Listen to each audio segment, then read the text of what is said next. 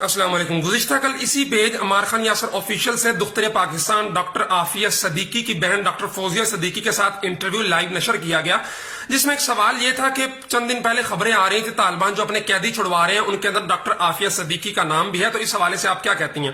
تو ڈاکٹر فوزیہ صدیقی صاحبہ نے جو جواب دیا بحیثیت ایٹمی ملک کا شہری ہونے کے، ہم سب کے سر شرم سے جھکا دیے، اور اس سے زیادہ ہمارے حکمرانوں کے لیے وہ غیرت کی گولی ہے، اگر وہ کھا سکیں اسے اور اگر وہ اسے نگل سکیں. انتہائی شرم کی بات ہے ہماری حکومت کے لیے. ایک عمران خان صاحب ایک ایٹامک قوت کے سربراہ ہے اور وہ اپنی بیٹی کے لیے نہیں، اپنی ایک قیدی معصوم بیٹی کو نہیں چھڑا سکتے. اور امارات والے، ان کی کوئی باؤنڈری نہیں ہے، ان کے پاس تو کوئی اسٹیٹ بھی نہیں ہے، دیکھا جائے تو وہ اسٹیٹ لیس لوگ ہیں، لیکن وہ بھی اپنے قیدیوں کو رہا کر لیتے ہیں. فوزیہ صدیقی صاحبہ کا جواب آپ نے سنا، کتنی بڑی بات کہہ گئی ہے کہ ہم ایٹمی قوت ہیں، دنیا کی 7ویں بڑی طاقت ہیں، سب سے بڑی آرمی ہے اور سب سے بہترین ایجنسی ISI کا ہم دعویٰ رکھتے ہیں. اور افغان طالبان جن کے پاس دیکھا جائے تو نہ اسٹیٹ ہے، لیکن اس کے باوجود ان کلندروں نے امریکہ سے اپنی شرائط پہ اپنے قیدیوں کو چھڑوایا.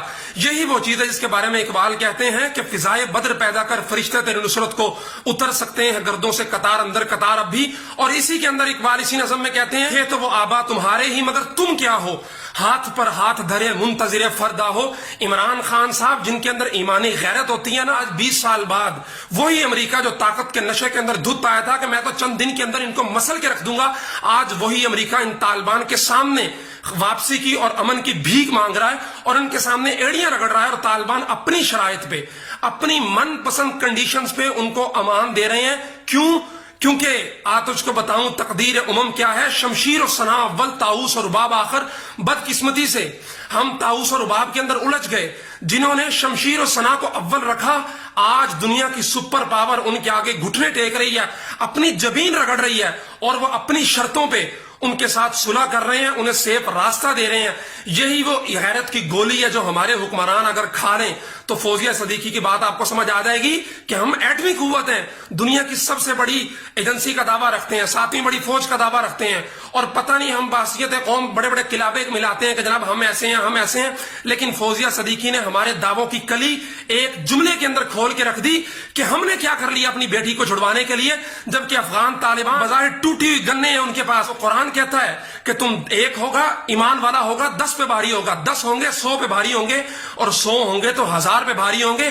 ہم اپنے سفر کو دیکھیں 313 سے شروع ہوا اور آج افغان طالبان نے ثابت کیا ہے کہ آج بھی اگر ہم فضائے بدر پیدا کرتے ہیں تو فرشتے آج بھی ہماری نصرت کو اتر سکتے ہیں. لیکن شرط صرف یہ ہے کہ انتم الاعلون ان کنتم مومنین، تم ہی غالب رہو گے اگر تم ایمان والے ہو. اگر تم ایمان والے نہیں ہو تو پھر حشر دیکھ لو، ایٹمی قوت ہے. لیکن آج ہماری بیٹی امریکہ کے قید کے اندر 86 برس کی قید کاٹ رہی ہے، جو اسے کوئی سزا جرم ہے ہی نہیں اس کا. لیکن ہمارے حکمران ایمانی غیرت سے اس قدر عاری ہو چکے ہیں کہ انہیں کوئی پرواہ نہیں ہے. وہ تو اب نئے بل پاس کر رہے ہیں کہ عافیہ صدیقی پر انہوں نے کیا سٹینڈ لینا ہے. FATF کے جو نئے بل پاس کیے ہیں اس کے اندر مزید جو شہری ہیں پاکستان کے ان کو بھی اسی طرح حوالے کیا جا سکے گا دوسرے ملکوں کے.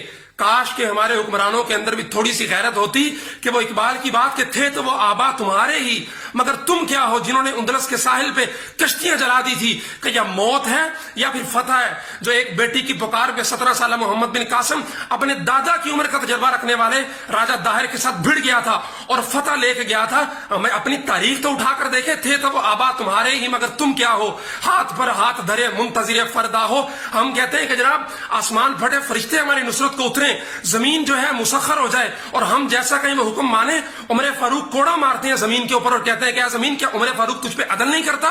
تو آج زلزلہ برپا کر رہی ہے تو زمین فوراً تھم جاتی ہے، کیونکہ ان حکمرانوں کو پتا تھا کہ ہم اس زمین پہ عدل کر رہے ہیں. ہمارے اندر ایمانی غیرت ہے، لیکن آج کے حکمران اس قدر عاری ہو چکے ہیں ایمانی غیرت سے. انہوں نے عافیہ صدیقی کو کیا چھڑوانا تھا؟ اغیار کے حکم پہ FATF پاس ہو رہا ہے. کاش کہ ہمارے حکمران اپنے پڑوس سے تھوڑی سی غیرت ادھار مانگ لیتے تو آج انہیں یہ بات سمجھ میں آ جاتی. کافر ہے تو شمشیر پہ کرتا ہے بھروسہ، مومن ہے تو بے تیغ بلڑتا ہے سپاہی. اور افغان مجاہدین نے بے تیغ بغیر اسلحے کے زور کے بغیر طاقتوں کے، وہ کیا شعرت، طاقتیں تمہاری ہیں خدا ہمارا ہے. انہیں فضائے بدر پیدا کی اور اللہ نے پھر ان کی نصرت کو فرشتے بھیجے.